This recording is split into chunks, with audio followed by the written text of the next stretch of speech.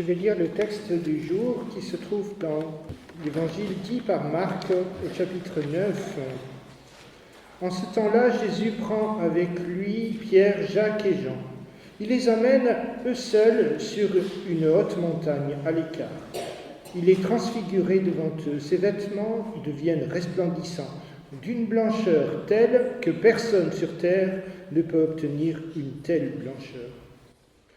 Élie leur apparaît avec Moïse et tous deux s'entretiennent avec Jésus.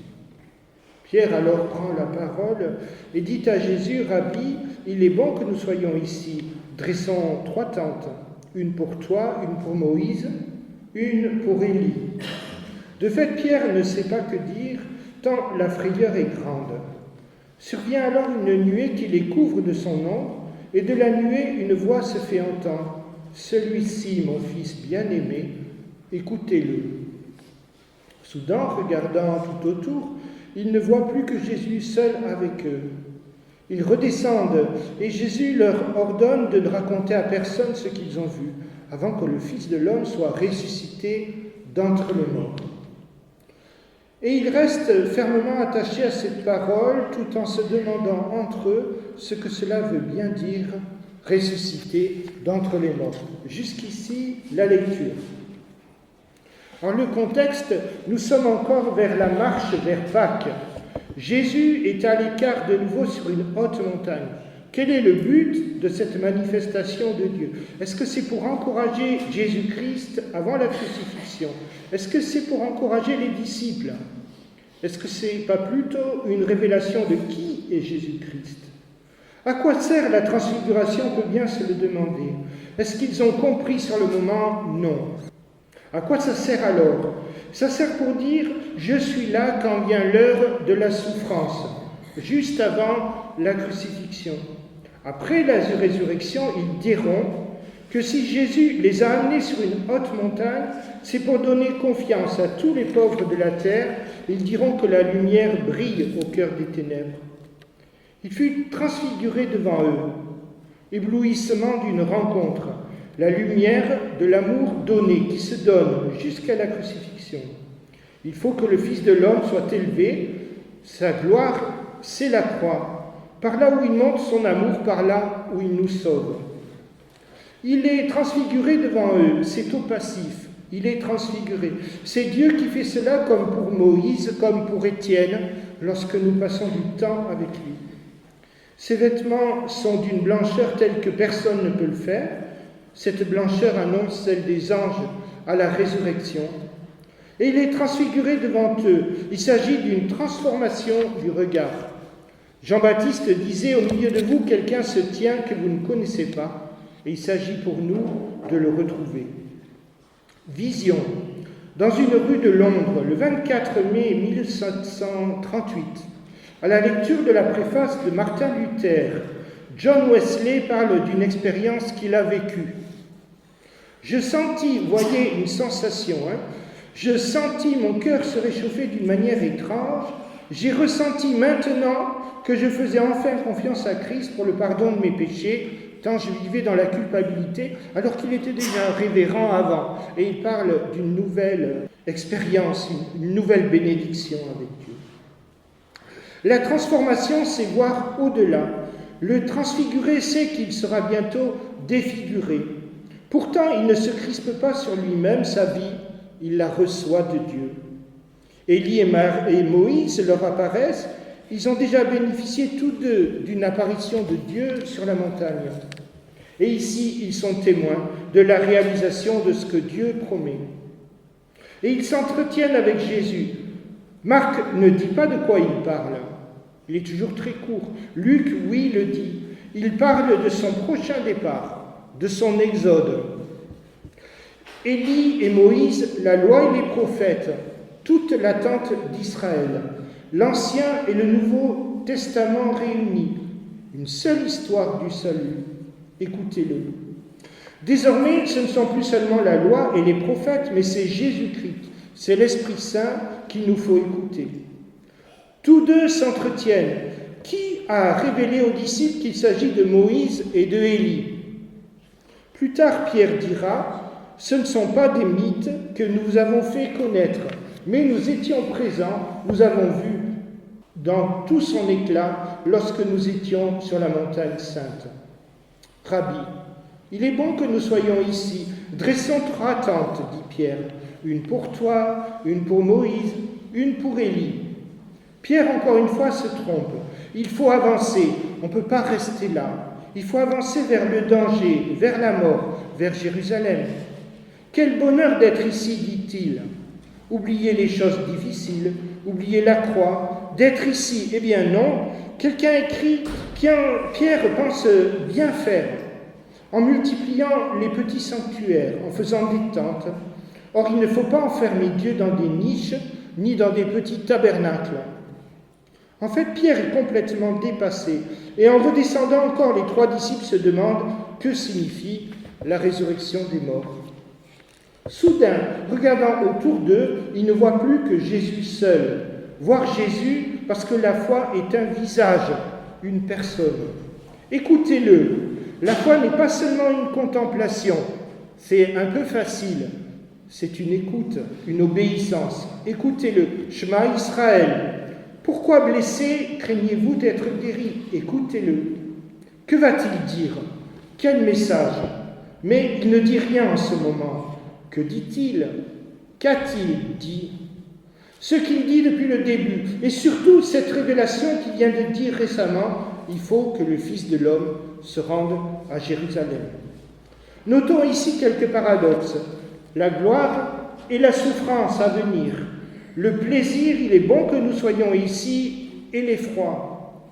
La parole et le silence, l'événement resplendissant et la nuée. On peut rajouter la joie et le deuil, la naissance et la mort, et au milieu de tout, Jésus seul avec eux, heureusement. On l'a vu, la lecture de ce jour omet la notion par laquelle Marc commence son récit d'évangile. 6 jours après, Jésus prend avec lui Pierre, Jacques et Jean. S'il mentionne ces 6 jours après, c'est important. Que s'est-il passé la semaine d'avant? Alors que pour la première fois, Pierre a dit « Tu es le Messie », Jésus annonce qu'il faut que le Fils de l'homme souffre beaucoup, qu'il soit rejeté par les anciens, les grands prêtres et les scribes, mis à mort, et que le 3e jour, il ressuscite. Cette décision est prise par Jésus. Elle est communiquée aux disciples. La transfiguration est offerte à celui qui dit oui à Dieu. Éclairage intérieur. Amour et vérité se rencontrent, justice et paix s'embrassent, transfiguration. Et il y a toujours un prix à payer pour cela. On ne peut pas tout changer de soi-même. Jésus lui-même n'a forcé personne. Le chrétien allemand, je pense, face à la montée de l'extrême droite nazie, du national-socialisme, tristesse. Jésus aussi pleure sur Jérusalem. Je ne peux pas amener les choses à leur terme. Moi-même, je suis un être limité. Il y a toujours un goût d'inachevé. Mais je fais ma part. Le Seigneur nous demande chacun de faire notre part. Il faut qu'il souffre beaucoup. Que dire sinon ce que Dieu a intégré la mort jusque dans sa propre existence, dans sa propre expérience. Nuit de l'intelligence spirituelle, expérience de Saint Jean de la Croix qui dit « Je l'ai trouvé la source, je l'ai trouvé la lumière, mais c'est de nuit ». Non pas que la lumière n'est pas présente le jour, mais on se rend compte mieux des fois la nuit. Voici ma discussion avec un ami juif de la synagogue de Metz quand je prenais des cours et quand j'ai appris que j'avais un cancer. Alors je discutais avec lui, il est toujours mon ami, mais voyez un peu les échanges. Alors voilà mon ami juif qui me dit « Il faut peut-être te repentir et Dieu arrêtera une de ces 10 plaies. » C'était sa parole d'amour, comme il comprenait les choses. Et moi je lui dis, parce que je n'étais pas non plus optimiste quand on m'a découvert le cancer à 56 ans, je lui dis « Écoute, moi je rentre chez Abba, papa. » Abba en araméen c'est papa, hein, notre père. Et lui, il comprenait bien Abba l'araméen. Hein. L'amour qui transfigure. Le préfixe « trans » veut dire « à travers » ou « au-delà ». Le Père sait que ce chemin n'est pas une impasse. Hélas, les disciples, comme nous aussi, nous avons de la peine à voir au sein de l'épreuve les semences de la vie que Dieu dépose déjà, les fleurs qui poussent déjà. Le thème de la Convention chrétienne des Cévennes à Alès cette année était la joie dans la souffrance. Quelle joie! La joie, c'est celle de la rencontre. Mais pourquoi la lumière de Dieu m'est-elle si obscure parfois? Pourquoi Dieu ne me parle-t-il pas? Or, souviens-toi, tout cela est arrivé juste avant la passion. Encouragement pour dire Dieu est là. Oui, Jésus a décidé de monter à Jérusalem. Il sait qu'il y a en cours la mort. Les hommes le tueront, et même quand ils vous suppriment. C'est l'expérience chrétienne du témoin. Un témoin en grec, c'est un martyr, martyréos. Lui offrir ma vie pour qu'il s'en serve, pas pour n'importe quoi, pour qu'il s'en serve. Il y a ici une très belle pensée que j'ai lue dans un commentaire que je trouve très touchante. Que ta volonté soit faite. La prière est d'abord et avant tout une offrande. La prière est d'abord une offrande. Seigneur, je te donne ma vie, je te remets ma vie. Ce n'est pas ne plus rien faire, ne plus dire en disant « ben voilà, je suis mort, c'est fini ». Ce n'est pas ne plus rien faire et attendre, ne plus rien dire. Ce n'est pas ne plus combattre, mais c'est s'en remettre à Dieu et faire ma part. Tout en s'en remettant à lui, bien sûr. Je vais bientôt finir par quelque chose de très beau et de très encourageant. C'est la venue de la nuée. Une nuée soudain les couvre de son ombre. La nuée, dans l'Ancien Testament et dans le livre de la Genèse, ça marque le début de la nouvelle création, de la création, et ici de la nouvelle création, au-dessus des eaux. Une nouvelle économie, celle de l'amour qui se donne. La nuée, c'est la présence de Dieu, signe de bénédiction, qui couvre les hommes, qui entoure les hommes comme d'un manteau neigeux. L'ange dit à Marie, « La puissance du Très-Haut te couvrira de son ombre. » Et le message ici est clair, le Dieu de la vie ne cesse de bénir et de rendre féconds ses serviteurs, même si nous, on ne comprend pas tout en ce moment.